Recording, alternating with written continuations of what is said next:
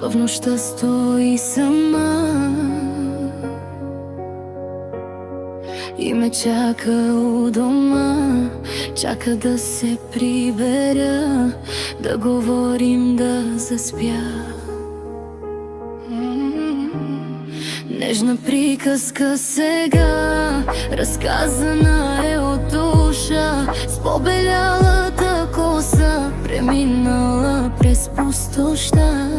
Премълчала е неща, за да съм аз добре сега. Искам да благодаря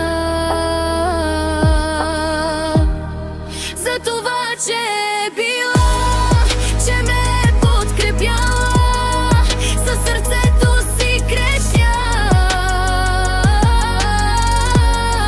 Благодарна съм сега, че си ме възпитала, гледала и лишавала.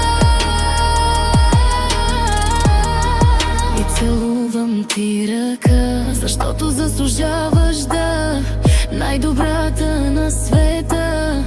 Ти си ми единствена, подарявам ти цветя. Мамо, аз искам да ти кажа колко ти за мен си важна в момента. Знам, че се усмихваш и сълзите си ти тихо изтриваш. Когато съм в беда, ти ме разбираш.